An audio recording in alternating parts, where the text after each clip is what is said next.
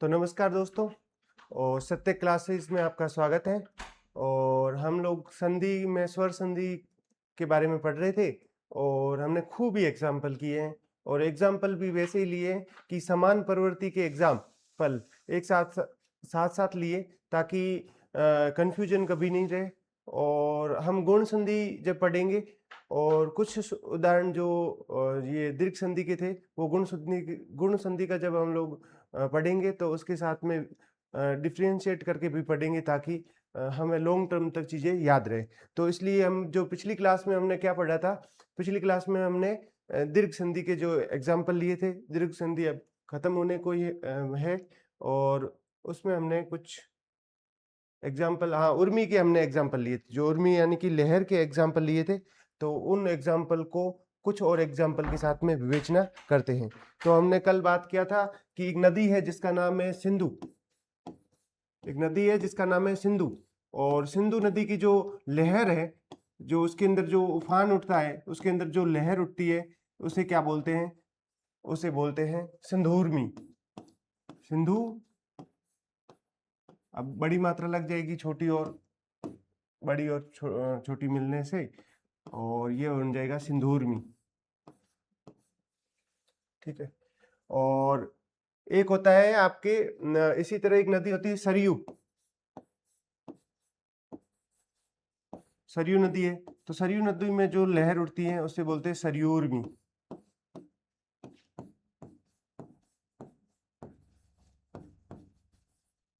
तो ये कहाँ लहर उठी है? ये सरयू नदी में उठी है। तो इस तरह से खूब सारे एग्जाम्पल हैं, उनको हम लोग लेते हैं। तो एक होती है मधु। मधु मतलब मीठा या मीठी। ठीक है। उर्मी मतलब लहर। तो इससे बनेगा ये छोटी मात्रा बड़ी मात्रा मिलके बड़ी मात्रा बनेगी मधुर्मी। और ये जो मधुर्मी है इसका मतलब होता है मधु उर्मी, यानी कि जो मीठी लहर उठती है। मीठी लहर अक्सर जो साहित्य के प्रोग्राम होते हैं, साहित्य के कार्यक्रम होते हैं, वहां पे होते हैं। तो ये साहित्य की लहर है। ये किसकी लहर है? ये साहित्य की लहर है। साहित्य की लहर मीठी होती है, तो साहित्य की ये लहर है जिसे बोलते हैं मधु उर्मी, मधुर्मी। मधुर्मी किसकी लहर है? साहित्य की लहर है। और इसी तरह से एक शब्द होता है अंबु। अंबु बोलते हैं पानी को, और पानी में जो लहर उठती है उसे बोलते हैं अंबुर्मी। और अंबुर्मी किसकी है? ये जल की लहर है। जल में जो लहर उठना या जल की लहर उठना इत्यादि, जल की होता है वैसे, जल की लहर। सिंधु नदी की लहर, सरयू नदी की लहर, जल की लहर। लघुर्मी मतलब छोटी उर्मी। एक शब्द था लघु। लघु बोलते छोटे को, और छोटी अगर लहर कहीं पे उठ रही है उसे क्या बोलेंगे? लघुर्मी। क्या बोलेंगे? लघुर्मी। लघुर्मी। उर्मी यानी कि लहर, लघुर्मी छोटी लहर को बोलते हैं लघुर्मी। तो ये शब्द हैं हम लोग जो डिस्कस कर रहे हैं, वो उर्मी शब्द के बारे में हमने डिस्कस किया। उर्मी यानी कि लहर। और वहीं एक आपने शब्द देखा होगा, तो ये तो अंबु है। अंबु की जगह अगर मान लो ये जैसे गुण संधि के उदाहरण है, क्या हम लोग कंपेयर करके ले लें? तो जब हम लोग कंपेयर अभी जस्ट करने वाले हैं तो हम लोग बैक आ जाएंगे इसमें। जैसे ये अंबु, अंबु का मतलब क्या होता है? जल। अंबु का मतलब क्या होता है? जल। ठीक है। किंतु मैं जल शब्द खुद ही लूं तो जल और उर्मी। उर्मी में ऊ बड़ी मात्रा होती है उर्मी, तो जल की लहर, तो इसको बोलते हैं। अब यहाँ पे संधि हो रही है गुण संधि, तो जलोर्मी। कौन सी? जल, जलोर्मी बोलेंगे इसको। जल की लहर को बोलेंगे जलोर्मी। तो ये शब्द है, ये सारे जो है गुण संधि के एग्जाम्पल है। कौन सी संधि? ये गुण स्वर संधि के एग्जाम्पल है। गुण स्वर संधि के एग्जाम्पल है। अब हम लोग जब ये डिटेल से पढ़ेंगे तब इसके बारे में देख लेंगे, और जबकि ये सारे अभी दीर्घ संधि के भी एग्जाम्पल ले रहे हैं। ठीक है। नेक्स्ट, तो हमने उर्मी के बाद में जो एक शब्द होता है ऊर्ध्व। भू, भू मतलब पृथ्वी, और उसमें सब जोड़ता है ऊर्ध्व। इससे क्या बनेगा? भूर्ध्व से। तो ऊर्ध्व मतलब भूमि के जो ऊपर का भाग होता है ना, उसको बोलते हैं ऊर्ध्व। ठीक है। और सरयू नदी है, सरयू ऊर्ध्व। ठीक है। और इसी तरह के जो शब्द है, इसका मतलब भू ऊर्ध्व का मतलब होता है भू बड़ा ही बनेगा, और ऊर्ध्व भूमि के ऊपर का भाग। और सरयू ऊर्ध्व क्या होता है? सरयू मतलब सरयू जो नदी है उसके ऊपर के भाग को सरयू ऊर्ध्व बोलते हैं। और उसी तरह से जो सिंधु नदी है, कौन सी नदी है? सिंधु नदी है। तो सिंधु नदी में भी सेम ही इसी तरह का जो शब्द बनेगा, सिंधु प्लस सिंधु के जो ऊपर का भाग है ऊर्ध्व बोलेंगे, तो वो बनेगा सिंधूर्ध्व। सिंधूर्ध्व, सिंधूर्ध्व इससे शब्द बनेगा। इससे क्या बनेगा? सिंधूर्ध्व।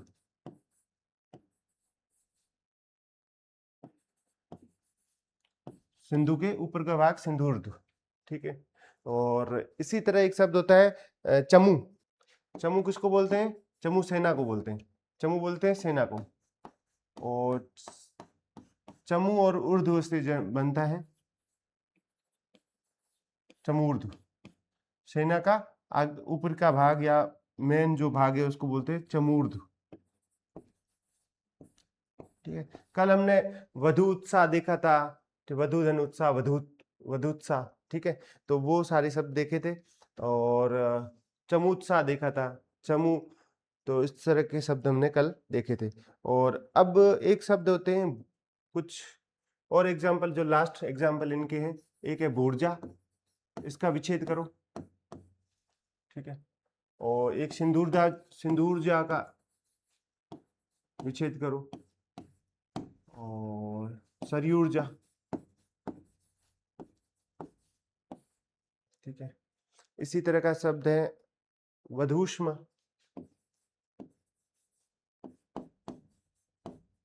इसी तरह शब्द है भूष्मा।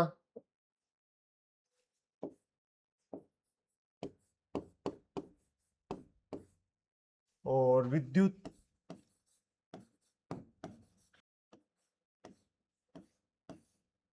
विद्युत वाला इसमें बाद में आएगा, विद्युत वाला यहाँ पे नहीं सेट होगा। और उसी प्रकार एक शब्द है चमूर्जा। चमूर्जा, चमू और चमू। तो ये सारे शब्द है, इनका विच्छेद एक बार करो। होपफुली आपने किया होगा। तो भू मतलब पृथ्वी, और पृथ्वी के जो भीतर ऊर्जा है उसे भूर्जा बोलते हैं। ऊर्जा किसको बोलते हैं? जो पृथ्वी के अंदर ऊर्जा है। और जो पृथ्वी के अंदर जो ऊर्जा होती है उसे भूर्जा बोलते हैं। और ये ऊर्जा ये जो जैसे कि आपके लद्दाख वाला एरिया, यहाँ से जो गर्म पानी निकलता है उसमें वो ऊर्जा रूपी होता है। तो उसके बाद में सिंधु। सिंधु एक नदी का नाम है। और सिंधु और ऊर्जा, सिंधु नदी का नाम है। सिंधु से ही हिंदू बना, हिंदू से ही हिंदी भाषा बनी। तो हिंदी भाषा की उत्पत्ति सिंधु नदी के कारण से हुई। जो भाषा का नाम है वो सिंधु नदी के नाम पे पड़ा है। एक सरयू नदी है, भगवान राम की नदी है ना। सरयू और ऊर्जा। तो सरयू के अंदर जो ऊर्जा है, पर यहाँ पे ध्यान रखने वाली बात क्या है कि चाहे जो ऊर्जा है ये बड़ी मात्रा है, ऊर्जा में बड़ी मात्रा है, ऊर्जा में बड़ी मात्रा, बाकी यहाँ पे कोई कंफ्यूजन नहीं होने वाला है। ठीक है। और उसी तरह का वधु। वधु मतलब बहू। बहू को बोलते हैं तत्सम में वधु। और वधु ऊष्मा, वधूष्मा है ना। नया उमंग होता है, नई ऊष्मा होती है, उसे बोलते हैं वधूष्मा। वधु, नई नई वधु आती है तो उसमें ये होता है।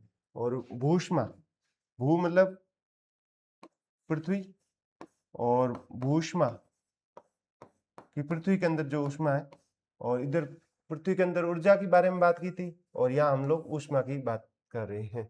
चमूत्स्मा। चमूत्स्मा मतलब चमू मतलब सेना, और चमू मतलब सेना।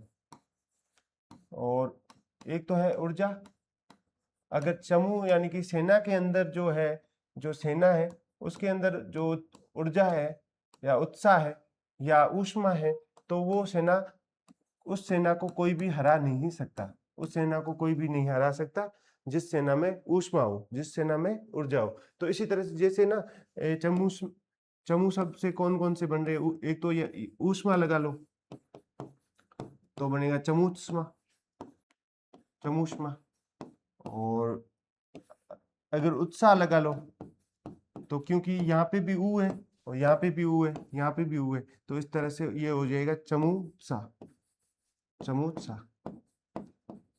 और चमू अगर सेना कोई उत्सव मना रही है, क्या मना रही है, उत्सव मना रही है, उसे बोलेंगे चमूत्सव, कि सेना के द्वारा कोई उत्सव मनाया जा रहा है। और अगर सेना कोई सेना में अगर ऊर्जा ज्यादा है, ऊर्जा पॉजिटिव ऊर्जा ज्यादा है, तो उसे बोलेंगे चमूर्जा।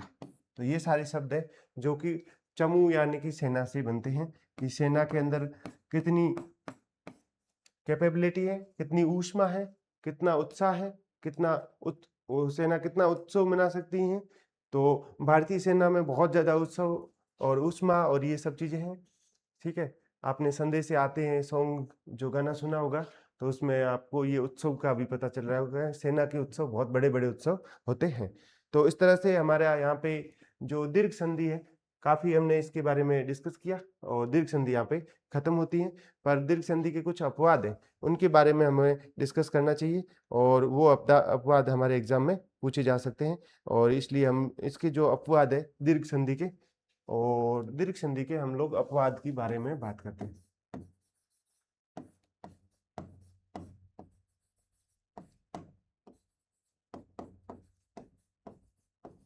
अपवाद ज्यादा नहीं है, कम है, पर अपवाद से क्वेश्चन अक्सर पूछा जाता है। और अपवाद डाल के दीर्घ संधि से जैसे ही कुछ अपने को लगेगा, पर वो दीर्घ संधि से संबंधित नहीं होता है। और एक होता है शक, और एक होता है शक और अंधु, और एक होता है शक के अलावा एक होता है करकंदु।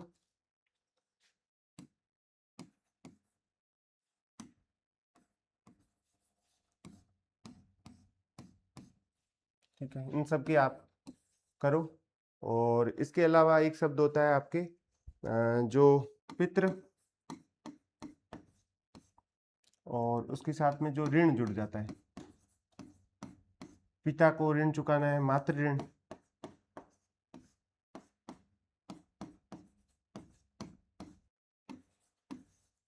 ठीक है, उसी तरह विश्व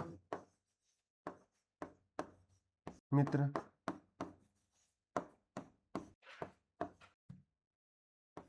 विश्व मित्र है। और उसी तरह जो मूसलधार है,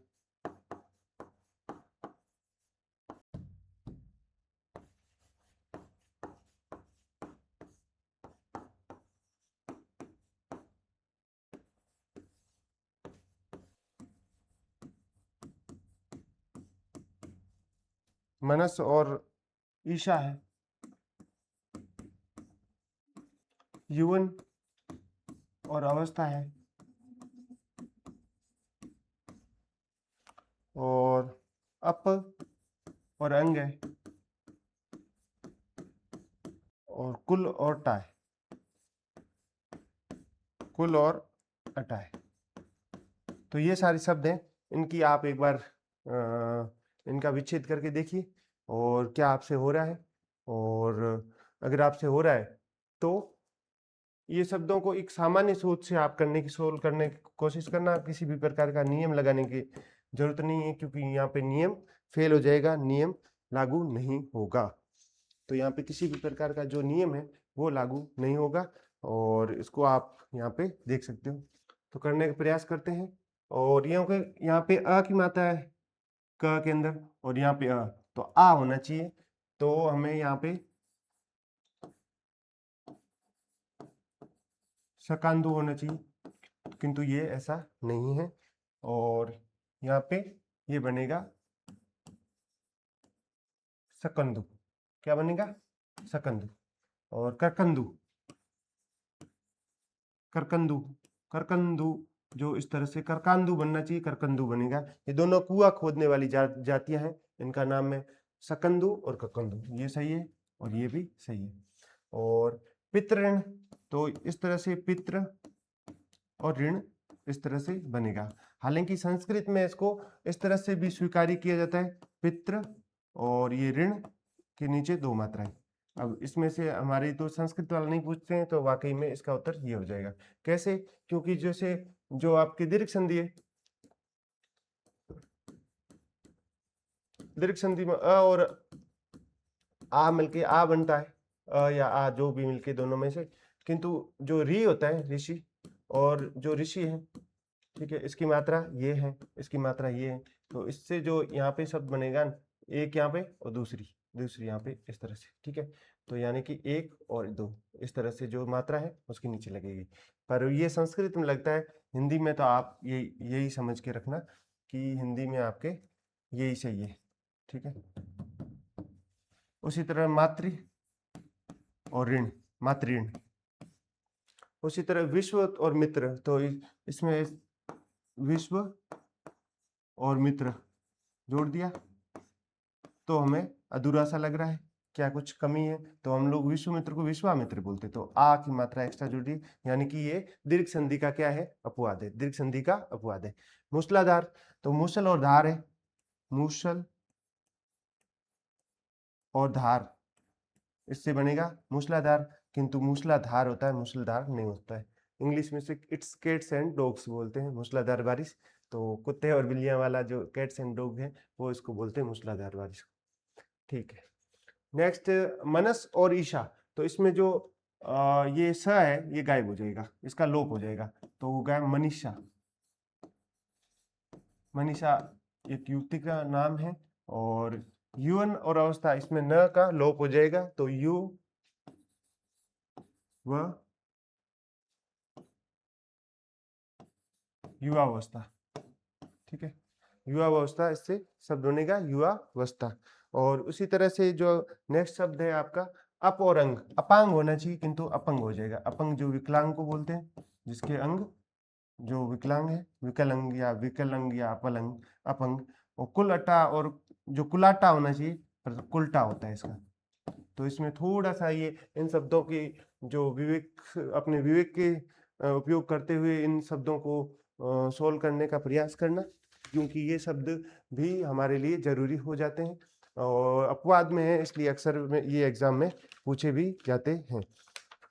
तो हमारा दीर्घ संधि का यहाँ पे जो चैप्टर है वो क्लोज होता है। हम लोग आगे का जो गुण संधि के बारे में अभी विवेचना करेंगे, गुण संधि के बारे में डिस्कस करेंगे।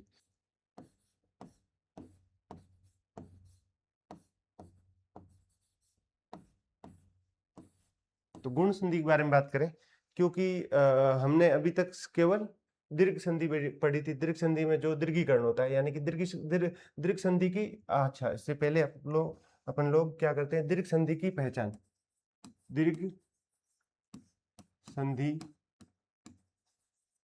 की पहचान के बारे में डिस्कस करते हैं।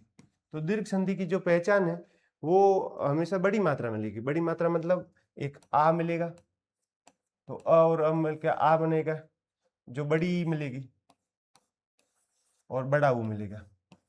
तो ये जो शब्द है ये बड़ी मात्रा है, इनकी कैसी मात्रा है, बड़ी मात्रा है। ये दीर्घ संधि के उदाहरण है, ये सारे दीर्घ संधि के उदाहरण हैं। हम लोग गुण संधि से इसकी कंपेयर करें, तो गुण संधि में जैसे अ अथवा आ आएगा, उसमें हम लोग जो आगे के जो शब्द होते हैं ना उनको यूज कर सकते हैं। जैसे एक हमने यूज किया था ई और ई यूज किया था, और ऊ और ऊ यूज किया था, और उसके बाद में ऋषि, ठीक है। अल्फाबेटिकली जो अ आ ई ऊ और ऋषि, ठीक है। ये पहले तो ये यूज करनी है, उसके बाद में इन दोनों को एक साथ यूज कर लो, इन दोनों को एक साथ यूज कर लो, और इसको यूज कर लो।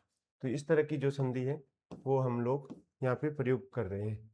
जब अ और आ में ई जुड़ता है तो इसमें जो है गुण संधि के हिसाब से ए हो जाएगा, और इसमें ऊ और ऊ जुड़ता है तो ये छोटा ऊ है और ये बड़ा ऊ है, इस तरह से, तो इससे बनेगा ओ, और इससे बनेगा अर। तो ये इसकी पहचान है। पहचान क्या है, इसमें गुण हो रहा है, गुण आ रहा है कि जो अ और ई मिलके जो है ए बना रहा है, एक अलग ही प्रकार का या संयुक्त स्वर बना रहा है। तो इसलिए ये जो है ये इसकी पहचान है। किसकी पहचान है? गुण संधि की पहचान है। गुण संधि के लिए जो हम लोग पहले तो जो 9 से लेकर 12 तक की जो हिंदी की पुस्तक है उसके एग्जाम्पल लेते हैं, और उसके बाद में और भी उससे जो मेरिटोरियस क्वेश्चन है, जो हाई लेवल के क्वेश्चन है, वो भी हम लोग लेंगे। तो पहले गुण संधि के कुछ जो सामान्य एग्जाम्पल है जो 9 से लेकर 12 की बुक है उससे हम लोग लेने का प्रयास करते हैं, और उसके बाद में आगे का डिस्कस करते हैं। तो गुण संधि में एक है सुर और ईश। क्योंकि मैं 9th से लेकर 12th वाली पुस्तक की बात बार बार इसलिए करता हूँ क्योंकि वो पुस्तक राजकीय मतलब पाठ्यक्रम के अनुकूल है और उससे क्वेश्चन बनते हैं। ठीक है, इसका प्रमाण ये है कि पिछली बार जो एक क्वेश्चन आया था, मेडकी को जुकाम। ठीक है, मेडकी को जुकाम जो मुहावरा है, जो उसका मतलब होता है नीच व्यक्ति के नखरे, जो कि जो 9 से लेके 12 की तक की पुस्तक है उससे मिलेगा, आप उसमें देख लेना। और भी खूब सारे क्वेश्चन है जो कि मैं बता सकता हूँ जो सीधे सीधे आते हैं। तो ये इस पुस्तक का भी अपने आप में काफी महत्व है। हालांकि हम इससे अपर वर्जन या इससे एडवांस वर्जन की भी डिस्कशन करेंगे, पर अब पहले तो इसके बारे में कम से कम हमें ये पता होना चाहिए कि 9 से 12 तक के एग्जाम्पल कौन कौन से हैं, और उसके बाद के आगे के जो मेरिटोरियस क्वेश्चन ले सकते हैं। एक स्व और इच्छा है।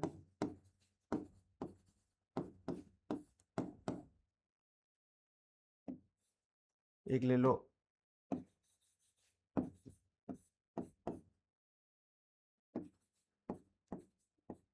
ये अपना नाम है भूप और इंद्र। तो ये सारे शब्द हैं, इनको अपन एक बार सोल्व करते हैं। पहले तो सुर, सुर में यहाँ पे अ है और यहाँ पे ई है, और अ और ई का जब मेल होता है, जब इनसे क्या विकार उत्पन्न होता है? ए होता है। ठीक है, तो यहाँ पे सु र आधा हलंत वाला है, किंतु इन दोनों का जब मेल होता तो ए बन जाता, तो सुरेश। सुरेश किसको बोलते हैं? सुर और असुर। सुर बोलते हैं, सुर बोलते हैं देवता को। किसको बोलते हैं? देवता को। और देवताओं का ईश मतलब ईश्वर है। देवताओं का राजा कौन से? राजा इंद्र। तो राजा इंद्र को क्या बोलते हैं? सुरेश। सुरेश किसको बोलते हैं? राजा इंद्र को कहा जाता है। अगला है स्वधन इच्छा। तो स्व और ये वह हलंत है, किंतु इसकी और अ और इसका ई मिलता है, तो इससे क्या बनेगा? ए बनेगा। तो है स्वे। तो इससे क्या बनेगा? स्वधन इच्छा, तो स्वेच्छा। भूप और इंद्र, तो इसमें बनेगा भूपेंद्र।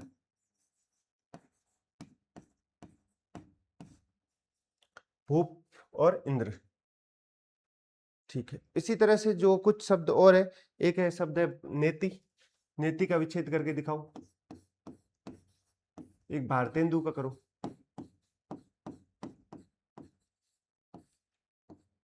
ठीक है, एक शब्द है आपके गणेश का करो।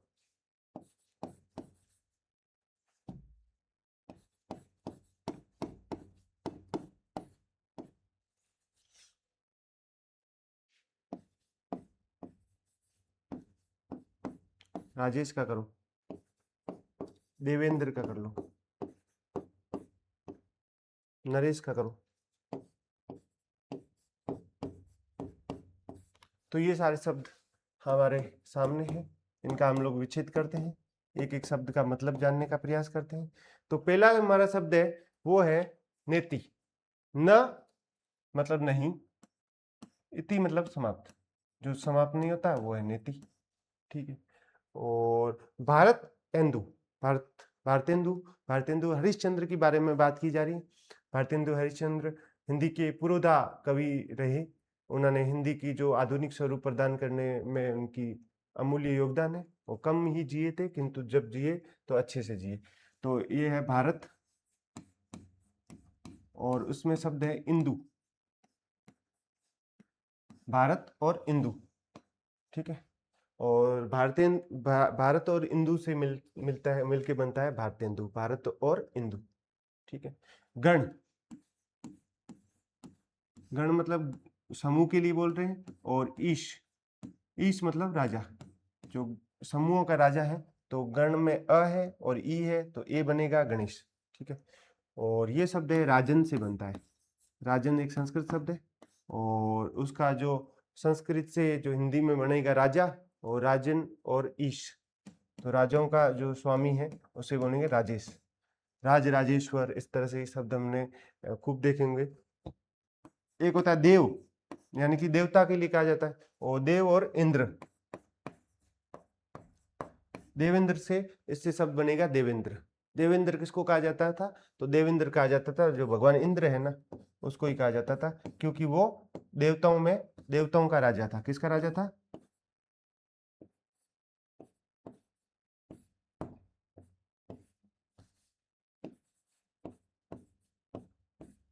हाँ, भगवान इंद्र है। और देवताओं, अक्सर हम लोग इंद्र के जब भी छवि हमारे बनती है मन में, और डरकोप टाइप की छवि बनती है, क्योंकि वो हमेशा ऋषि मुनि की जो तपस्या भंग करते रहते थे इस तरह से, और राक्षसों से भी डरते रहते थे। ऐसे टीवी सीरियल में दिखाया जाता है, और बाकी जो मीडिया में ऐसा दिखाया जाता है, किंतु वाकई में ऐसे थे नहीं।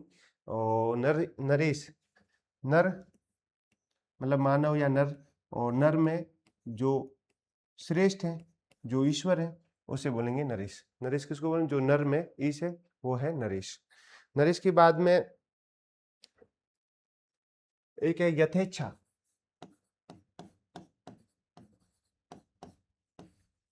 और एक शब्द है मानवेतर, एक है इतरेतर,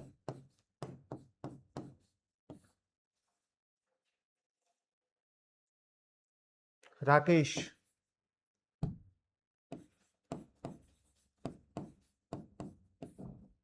द्वारकेश,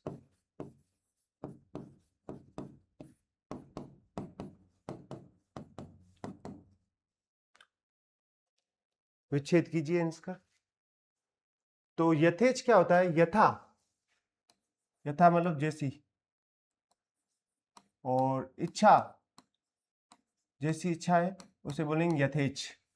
और मानवेतर, मानव जो होता है मनुष्य, और इतर यानी अलावा, इतर मतलब अलावा या अन्य, जो मानव के अन्य है उसे बोलेंगे मानवेतर, मानव के अन्य। और इतरेतर, जो इतर मतलब अन्य, इतर मतलब अन्य, अन्य से अन्य मतलब एक दूसरे से भिन्न, तो ये बनेगा इतर और इतर, इतर और इतर। इतर का मतलब है भिन्न, भिन्न से भी भिन्न, एक दूसरे से अलग होने के सेंस में इसको बोलते हैं इतरेतर। राकेश, जो राकेश है वो राका से बना है। किससे बना? राका। और राका बोलते हैं रात्रि को, राका किसको बोलते हैं? रात्रि को। और जो रात्रि का जो ईश है, जो ईश्वर है, उसे बोलेंगे राकेश। राकेश किसको बोलेंगे? जो रात्रि है, और रात्रि या रात का जो स्वामी है उसे बोलेंगे राकेश। राकेश बोलते हैं मून को। किसको बोलते हैं? चंद्रमा को। और द्वारका, द्वारका नगरी का नाम है। ये द्वारिका नहीं है, ये द्वारिका नहीं है, द्वारिका नहीं है, द्वारका है। और द्वारका का जो स्वामी है, जो ईश्वर है, उसे बोलेंगे द्वारकेश। द्वारकेश किसको बोलेंगे? जो द्वारका नगरी का जो स्वामी है उसे बोलेंगे द्वारकेश। तो द्वारकेश किसको कहा जाता है? जो द्वारका नगरी का स्वामी है, ये श्री कृष्ण को कहा जाता है, या विष्णु को कह लो, विष्णु या श्री कृष्ण को कहा जाता है। और ये द्वारका नगरी का जो स्वामी है, द्वारका नगरी का राजा है, उसे द्वारकेश कहा जाता है। इसी तरह एक शब्द है रमेश,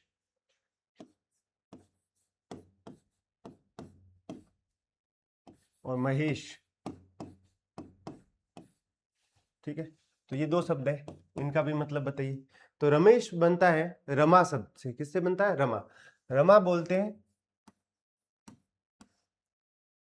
रमा और ईश से बनता है रमेश। रमेश किससे बनता है? रमा और ईश से बनता है रमेश। और उसी तरह एक शब्द होता है सर्वेक्षण। सर्वेक्षण का विच्छेद करो। ये होता है महा और ईश। जो महा और ईश बनता है महेश, और महेश बोलते हैं शिव जी को। शिव जी बड़े ईश्वर हैं और इनको क्या बोलेंगे, महेश। महेश किसको बोलते हैं, शिव को। शिव शंभू को बोलते हैं, शिव शंभू को बोलते हैं महेश। ठीक है। और उसी तरह एक शब्द है आपके सर्वेक्षण। तो सर्व, इससे शब्द बनेगा सर्व। सर्व मतलब सबका। ईक्षण, ईक्षण मतलब देखना। ईक्षण मतलब देखना कि जो सब कुछ देख लेते हैं, सर्वेक्षण कर लेते हैं। अक्सर अभी जो गांव में जनगणना सर्वेक्षण हो रहा है, जनगणना जो नई जनगणना के लिए सर्वेक्षण हो रहा है, तो सर्वेक्षण इससे बनता है। और इसी तरह है मिथिला। मिथिला जो नगरी है, उसके जो ईश्वर है, जो उसके स्वामी हैं, जो मिथिला के राजा है, उसको बोलेंगे मिथिलेश। जो आ और ई मिलने से ए बनेगा। सामान्यतः है, ए में बड़ी मात्रा नहीं है, मिथिलेश। मिथिलेश। तो ये आप कमेंट में कीजिए कि मिथिलेश किसको कहा जाता है। तो ये हमें बताइए क्यों कहा जाता है, वो तो मैंने बता दिया। किसको कहा जाता है ये आप बताना कि मिथिलेश किसको कहा जाता है। उसके बाद में एक शब्द है पर और उपकार। सूर्य और उदय, तो इनके जो मेल से कौन कौन से कैसे शब्द बनते हैं उनके ऊपर बात करें। तो पर उपकार, पर मतलब दूसरों का, उपकार मतलब उसके ऊपर उपकार करना। तो उससे वो भावना होती है, वो भावना कैसी होती है, परोपकार की। तो परोपकार की भावना होती है। उसी तरह सूर्य और उदय, तो सूर्य, तो सूर्योदय। सूर्य और उदय से बनेगा सूर्योदय, सूर्य का उदय हो गया। और इसी तरह एक शब्द है चंद्र और उदय, तो चंद्रोदय।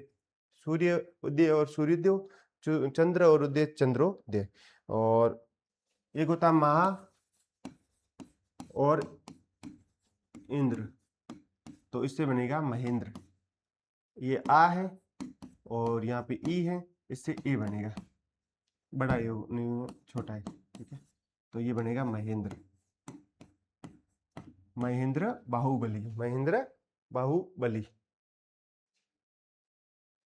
तो महेंद्र यहाँ से शब्द बनेगा। और उसी तरह से एक शब्द है आपके, तो ये शब्द मेन थे। और उसके अलावा जो शब्द संधि जो ये है शब्द शुद्धि, उसमें पूछा जाता है प्रोज्वल।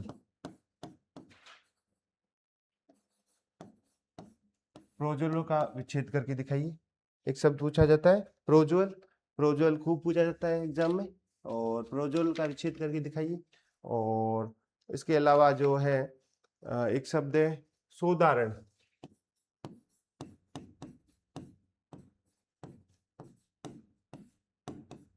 ठीक है, सोदाहरण है। और अन्योदय है। तो ये सारे शब्द हैं, इंपॉर्टेंट शब्द है, इनके विच्छेद करके दिखाने हैं। प्रोज्वल में जो है प्र है और ओ की मात्रा है उज्जवल के कारण आई थी। प्र और उज्जवल के कारण प्रोज्वल। और स और उदाहरण है सोदाहरण।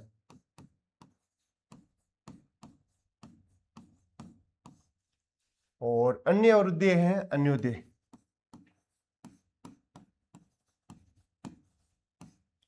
तो ये सारे शब्द है स उदाहरण। ठीक है। और इस तरह होता है अन्योदर, एक सहोदर होता है। ठीक है।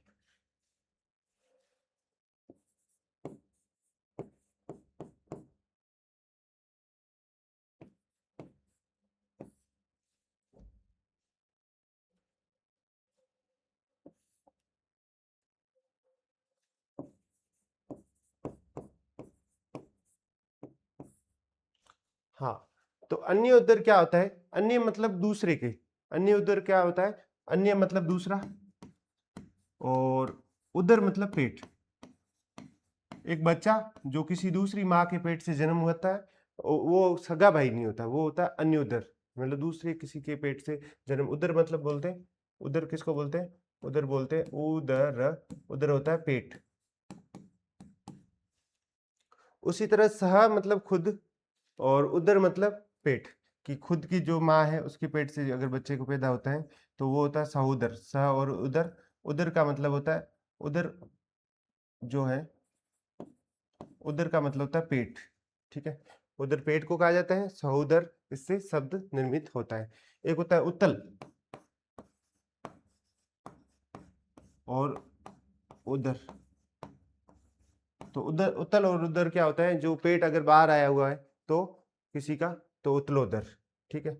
और महोदर, महा यानी कि बड़ा, और उदर तो महोदर, इससे शब्द बनेगा महोदर। तो ये सारे शब्द हैं जो हमारे नवीन हिंदी व्याकरण की पुस्तक में है। एक है शारदोदर, सार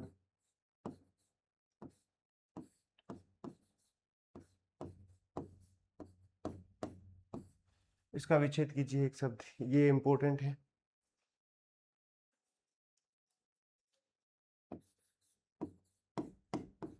महोत्सव शब्द का विच्छेद कीजिए। और इसके अलावा एक शब्द है जो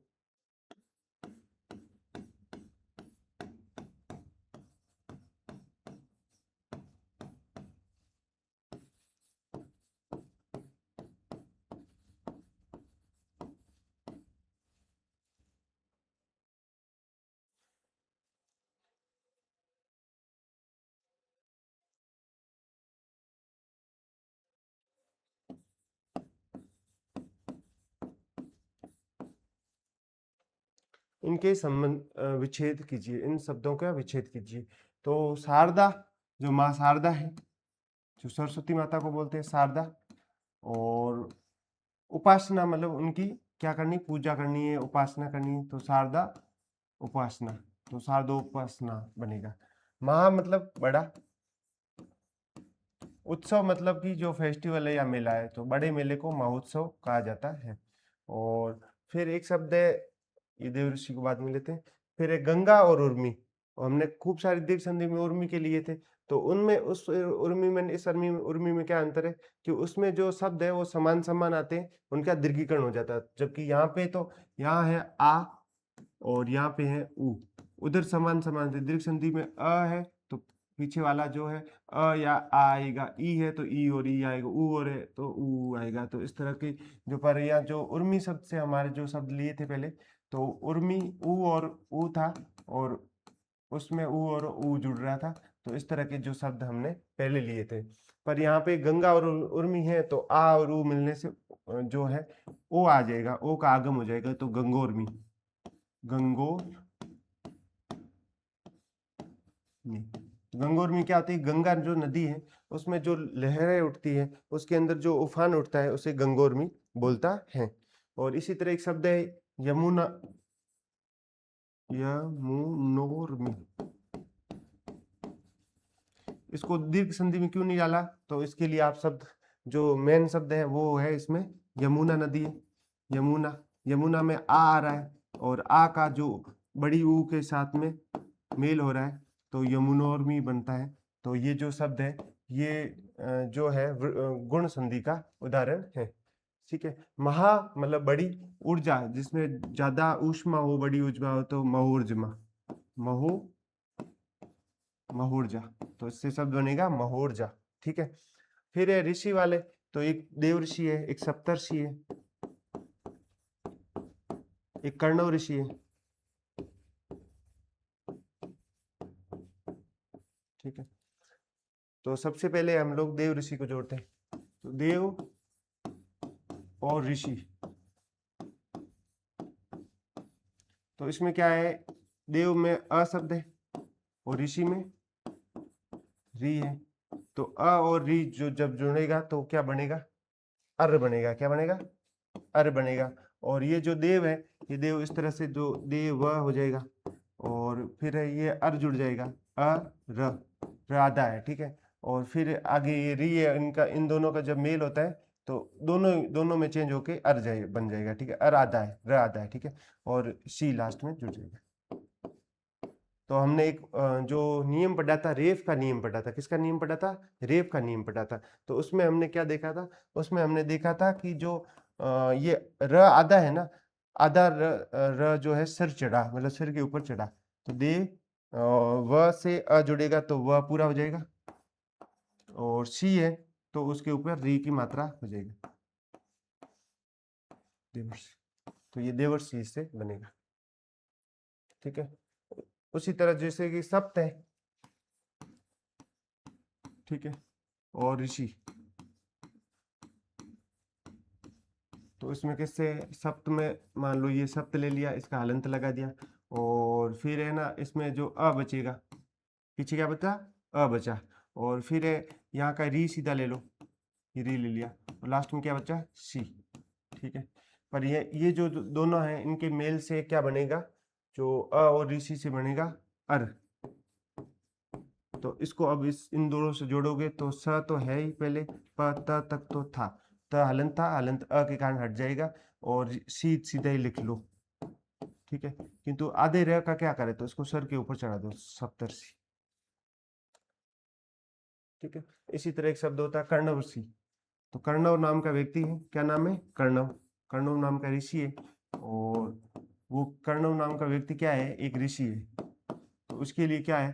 तो क न व जो हलंत है, और इसका जो अ एक्स्ट्रा है, और री आगे जुड़ जाएगा, और सी,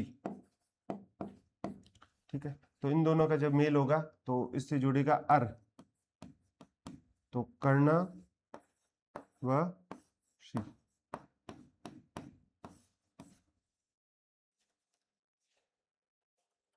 तो इससे बनेगा देव ऋषि, इससे बनेगा सप्तऋषि, इससे बनेगा, सॉरी विच्छेद, इसका बनेगा देव और ऋषि, इससे बनेगा सप्त और ऋषि,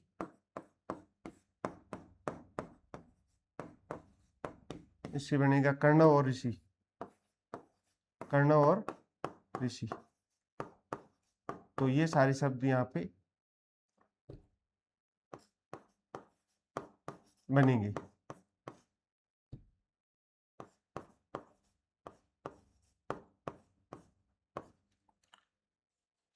तो ये सारे शब्द यहाँ पे बनेंगे, जो कि दीर्घ संधि के क्या इसके गुण संधि के एग्जाम्पल है। तो गुण संधि के हमने खूब एग्जाम्पल लिए। अब हम लोग इसके जो अपर लेवल के या सारे एग्जाम्पल एक साथ लेते हैं। जो ये हमने नवीन हिंदी व्याकरण के जो एग्जाम्पल थे वे सारे लिए थे, इसमें से हमने कुछ भी नहीं छोड़ा है। और अच्छा, ऋण से संबंधित एक दो शब्द है वो ले लेते हैं। एक होता है उत्तम और ऋण। ऋण किसी को बोलते हैं? जो ऋण लेते हैं अपन, जो लोन लेते हैं, क्या लेते हैं? लोन लेते हैं, उसको ऋण बोलते हैं। उत्तम ऋण क्या होता है? उत्तम ऋण से होता है उत्तम, उत्तम, यहाँ हलंत लग जाएगा, और इसका अ जुड़ेगा, और ये जो री से जुड़ेगा तो इससे बनेगा अर, दोनों का संयुक्त रूप से अर बनेगा। तो उत्तम का जो हलंत हटा देते हैं, इसका क्या करते हैं? हलंत को हटा देते हैं। तो उससे जो शब्द बनेगा उ त म और न के ऊपर री की मात्रा, उत्तम, उत्तम ऋण। और इसी तरह एक शब्द होता है, इसका जो उल्टा होता है उसको बोलते हैं अधम, अधम ऋण। अधम ऋण इस तरह से लिखा जाता है। अधम ऋण में क्या होता है? अधम शब्द होता है, अधम मतलब अधर्म या धर्म के जो संगत नहीं है, और ऐसा जो ऋण दिया जाता है जिसमें बहुत ज्यादा क्या है, ब्याज वसूला जाता है, उसे अधम ऋण बोलते हैं। ये एक दूसरे के क्या है? अपोजिट है, विलोम शब्द है। उत्तम का अधम, उत्तम का अधम। तो इस तरह से जो हमने काफी एग्जाम्पल लिए, और भी कुछ एग्जाम्पल लेते हैं, और वो है जैसे इतर शब्द से हम खूब सारे एग्जाम्पल लेते हैं। एक है काव्येतर, चलो मैं शब्द देता हूँ, उस शब्द में आपको इतर जोड़ना है। क्या जोड़ना है? इतर। इतर का मतलब होता है अन्य, ठीक है। और इसमें जैसे काव्य है, काव्य में इतर जोड़ो। काव्य में अगर इतर की संधि करोगे और तो क्या होगा? काव्येतर।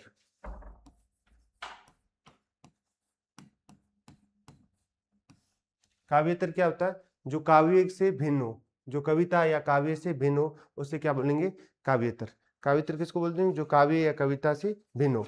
और अगर हम लोग अभी क्या पढ़ रहे हैं? कोई पाठ पढ़ रहे हैं, तो पाठ से भिन्न हो, तो कोई पाठ से भिन्न कोई काम करने लग जाए, तो मान लो कोई है, वो व्यक्ति, हम लोग तो पढ़ाई कर रहे हैं, साथ में वो बैठा बैठा कुछ और पेंटिंग बना रहा हो या कुछ और, तो हम लोग बोलेंगे ये पाठ से इतर काम कर रहा है, यानी कि ये पाठेतर काम कर रहा है। क्या कर रहा है? पाठेतर काम कर रहा है, पाठेतर काम कर रहा है। उसी तरह एक शब्द है, नियम तो आपको समझ में आ गया है, बाकी इसके खूब सारे एग्जाम्पल लेते हैं ताकि कॉन्सेप्ट और ज़्यादा ब्रॉड हो जाए और शब्दों के साथ में हम लोग खेलना शुरू कर लें, ठीक है। शब्द हम लोग अच्छे से यूज कर सके। एक है मानव, और मानव और इतर।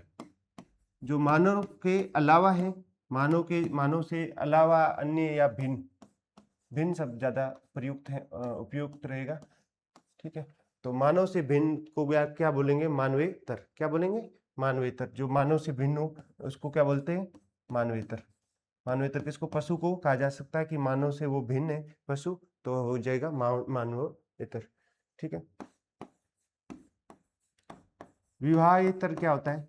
तो विवाह और इतर से बनता है, विवाह और इतर से बनता है। विवाह के भिन्न है, उससे बोलेंगे विवाहतर। विवाहतर किसको बोलते? जो विवाह से भिन्न हो, जो विवाह के अलावा हो, उसे विवाहतर बोलते हैं। उसी तरह एक है शिक्षणेतर, जो इस पाठ्येतर की तरह है। शिक्षण, अपन पाठ की जगह शिक्षण यूज कर ले, और शिक्षण और इतर से हमारे क्या बनेगा? शिक्षणेतर।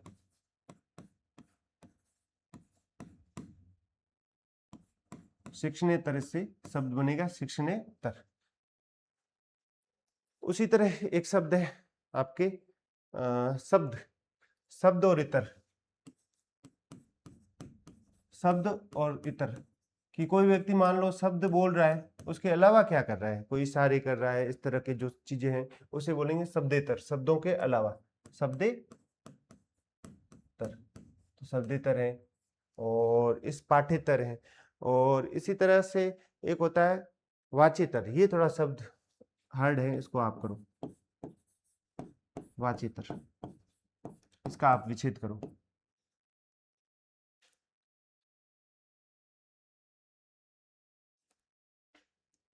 एक शब्द है ममेतर। ममेतर होता है मम और इतर। मम मतलब मेरे से, इतर मतलब अलावा, मेरे अलावा। वाचितर होता है वाच और इतर, बोलने के अलावा। वाच मतलब बोलना होता है, बोलने के अलावा होता है, उसे बोलेंगे वाचितर। वाचितर किसको बोलेंगे? बोलने के अलावा होता है, उसे वाचितर बोलेंगे। साहित्येतर क्या होता है? साहित्य है, और उसके इतर मतलब अलावा, उसको बोलेंगे साहित्येतर। साहित्य के अलावा है, उसे क्या बोलेंगे? साहित्येतर। साहित्येतर क्या है? जो साहित्य के अलावा है। और जैसे कि एक होते हैं आर्य, होता है आर्य, जो जाति होती है जो नॉर्थ इंडिया में, आर्यों के जो अलावा है, जो कि अनार्य हैं, जो कि साउथ इंडिया में रहते हैं, उनको क्या बोलेंगे? आर्यतर। क्या बोलेंगे? आर्यतर। तो इसमें एक शब्द होगा आर्य और तर।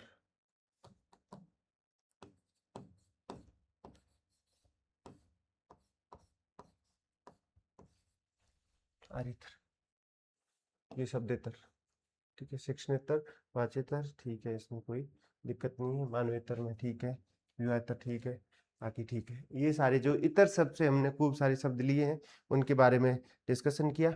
और एक होता है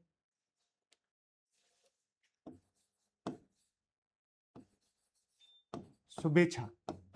शुभेच्छा क्या होता है? शुभेच्छा का विच्छेद कीजिए। शुभेच्छा,